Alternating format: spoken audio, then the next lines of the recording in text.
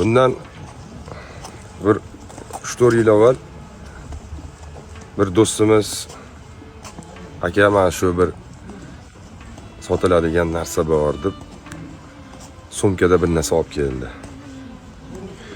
Nima ekan bu desam, o'sha Ka'baga ustiga yopiladigan kisva ekan. O'sha kisvani Ixlos surasi bitilgan bir bo'lagi. Nimaligini tushunib yetganimdan keyin bu sotiladimi desam, sotiladi dedi. Qanchaga sotiladi desam, aytdiki, menga dedi $10,000 berishsa bo'ldi dedi. Men aytdimki, $10,000 bo'lsa mayli. O'zi narxi shunaqamisam? Ha dedi. Keyin bu qonuniymi desam, ha mana hujjatlari ham bor dedi. Keyin mayli tashlab ketaveraymi bo'lmasa, men bir ikkita tanish bilishlarga ko'rsatib ko'raman dedim-da, 3-4 kun uyimda endi o'zim ham bir o'rganib, tomosha qilib, boshqa qilib, yaxshi niyat qilib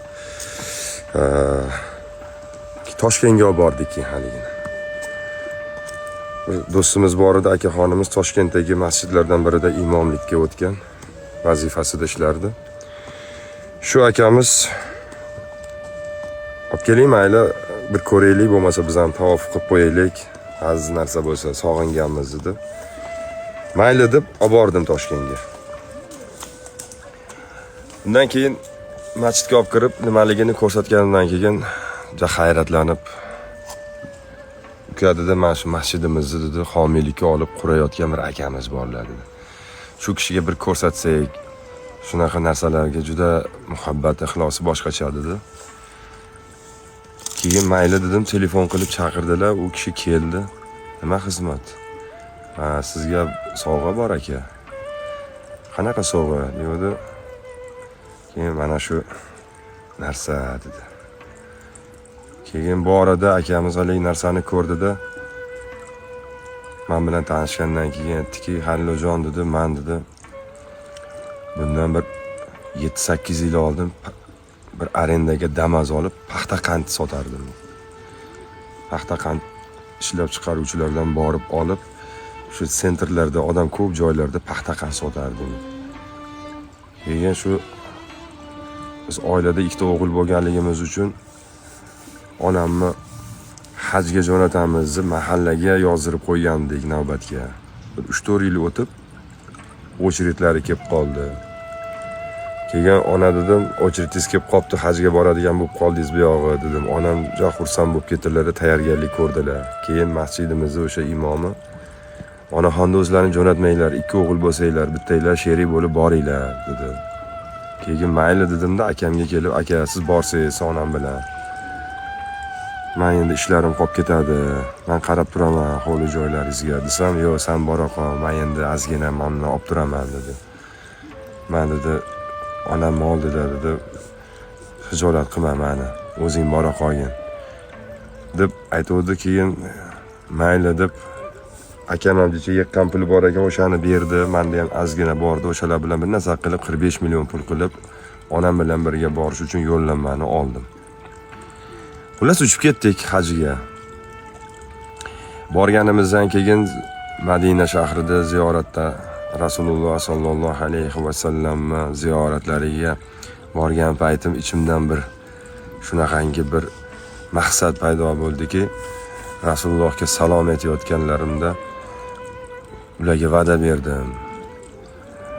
Ey Rasululloh sallallohu alayhi va sallam, sizni nomingizdan Toshkentda bitta masjid quraman deb o'zim ichimdan shu narsani gapirib, qanaqadir bir aytgan gapimdan o'zim xursand bo'lib, kuchga to'lib, qandaydir o'zimni ishonchli his qildim-da.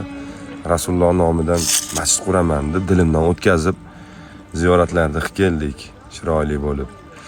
Keyin yana ishimni davom ettirib yursam, bir akaxon chiqib qoldi-da, ukam dedi, marojniy soting shu paxta qanddan ko'ra, marojniyning foydasi yaxshiroq, bizning marojniylar juda sifatli marojniy deb aytib qoldi. Keyin men aytdim, qana bo'lar ekan dedi, zo'r bo'ladi, bu mashinani qo'ying, men sizga boshqa bitta Isuzu qilib beraman, o'shanda viloyatlargacha olib boraverasiz o'zingiz.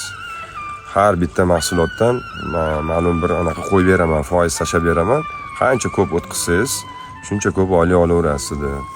mayli dedimda, haligi keyin akaxonni ishxonasiga ishga kirdim, shopir bo'lib, ham ekspeditor bo'lib, muzqaymoqlarni xullas Andijonga, Buxoroga, Samarqandga, Toshkent oblasiga xullas tashib tirikchiligimni yaxshilab oldim. Yurib shu ichida keyin Ali akaxonni ishlariga shogird bo'lib, boshqa bo'lib bir kun menga yaxshi bir duo qildilar-da, o'zingiz ham mayli harakat qiling deb duo qildilar. Shu hajga borib kelgandan keyin bir 2,5 yil o'tib, o'zimni shu marojniy seximga asos soldi. Shunaqa zo'r yurib ketdi deyapti-da. Shunaqa zo'r yurib ketdi ishlar. Bir pastaligi mahsulotlar soni ko'payib, xaridorlari oshib, sezonda boshlaganimga birdan yurib ketdi ishlarim, to'g'risi. Viloyatlardan ham qo'sha zakaz bo'lib ketdi. Boring yana shu 1 yil deganda o'zimni brendimni yaratdim. 2 yil deganda kattagina bir marojniy sex emas, zavodimga ega bo'ldim. Topgan pulimni shu оборотga tiqib, chet eldan texnikalar olib kelib, shu zavodni kattalashtirdim. Mana shu ishlarga ham mana 5 yil bo'ldi. 5 yil deganda mana shu ko'rib turganingiz shu masjidni qurilishiga pul sarflayapmiz. Mana shu masjidga qancha pul ketdi aka dedim. Qancha ketdi hoji aka hozir desam, endi aytsam sizga aytaman, lekin buni hech kimga aytganim yo'q. 2 million dollarga yaqin pul ketdi dedi. Boshqa tomondan ham homiylar bormi desam, yo'q, homiylar yo'q. Kimdir misol uchun qo'shilib qolaylik deb 100 dollar, 1000 dollar, 10 ming dollar bersa, qo'shib olyapmiz, savobimizga sherik qilyapmiz. Lekin shu men va'da berganim uchun shu masjid qurilishiga yenishim. Allohga shukr, hozir yana bitta masjid qurishga ham qurbim yetadi. Kerak bo'lsa yana bitta ham quraman. Men Rasululloh sollallohu alayhi vasallamga bergan va'damni ustidan chiqqanimdan xursandman. Endi mana olib kelgan narsangizni to'g'risi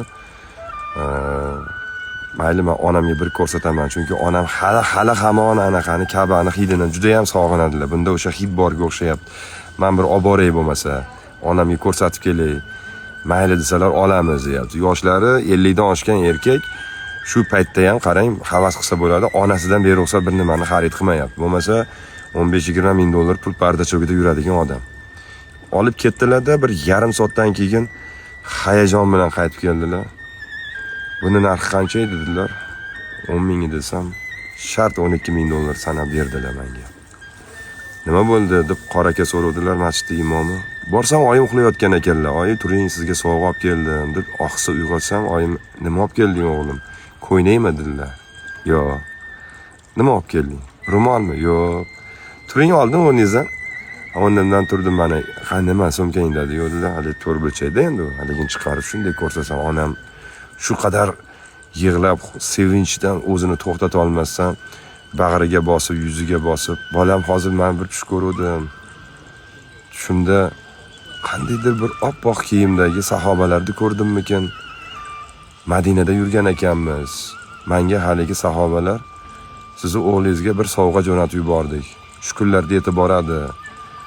O'g'lingizga ayting, bu bizdan sovg'a ularga deb aytib turgan ekan. Shu tushimni ko'rib bo'lib turishimga sen meni uyg'otib yubording deb onam shunday dedilar-da, Ali aka yig'lab yordi-da.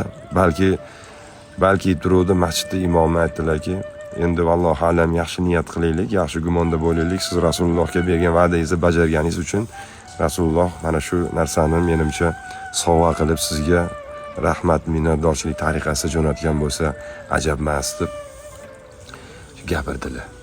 Shundan keyin o'ylab qoldik, demak har bitta qilinadigan yaxshi niyatda siqi dildan qilinsa, ana shu yaxshi niyat albatta o'zini ro'yobiga amalga oshar ekan.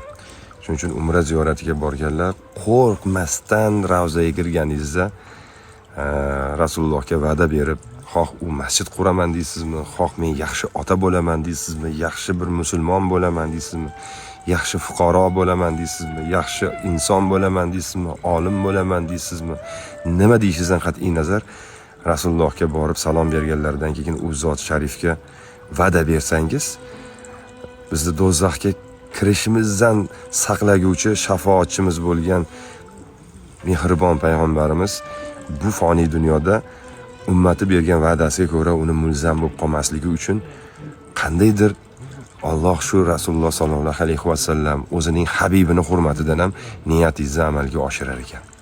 Ilohim hammamiz yaxshi niyatda bo'laylik. Shu duo qilganimizni shuncha Rasulullohni vasila qilishimiz kerak. Yo Rabbim, payg'ambarimiz Rasululloh sollallohu alayhi vasallam hurmatidan, o'zingni do'stingni hurmatidan meni shu ishlarimga rivoj bergin, murodim maqsadimni hosil qilgin, yo menga farzand bergin yoki farzandlarimni o'qimishli, diyonatli, insofli qilgin, hayotimni yaxshilagin, oilamni mustahkam qilgin deb vasila qilib duo qilsak, do'stini hech qachon o'rtaga qo'shilgan duosida Alloh nazarimda mulzam qilmaydi, yerda qoldirmaydi. Hammamizni Alloh yaxshi niyatlarimizga erishtirib yuraversin. Rasululloh sollallohu alayhi vasallamning hurmatidan ilohim bu hayotda bekami ko'z yashab, bekami ko'z ijod qilamizmi, ilm qilamizmi, nima qilishimizdan qat'iy nazar ertaga qiyomatda payg'ambar afandimizga loyiq ummat nafas berganga munosib banda bo'lib qayta tirilmoqlik nasib qilsin. Sog' bo'linglar azizlar.